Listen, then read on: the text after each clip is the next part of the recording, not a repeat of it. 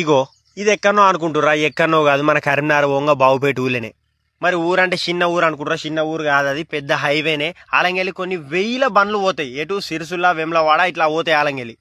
ఆలంగెల్లి ఏంటిది అంబులెన్స్ కానీ చాలా వెహికల్స్ ఇట్లా వస్తాయి. ఇదే ఆటోకి వచ్చిన పరిస్థితి అంబులెన్స్కి వస్తే ఎట్లుంటుంది? కొన్ని ఎమర్జెన్సీ బండ్లు ఉంటాయి, అందులో ఇరకపోతే ఎట్లుంటుంది? ఎవరు కూడా అసలు అర్థం చేసుకుంటారు?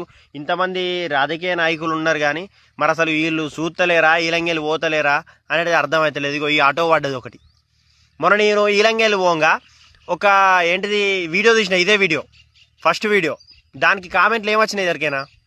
మన ఏంటిది అన్న, నేను ఆలంగేలు వంగ పడ్డా, నేను ఇట్లా వంగ పడ్డా అని ఒక తాత కూడా పడ్డాడట, అని చేతిరు కూడా ఏదో అయిందట అయినది.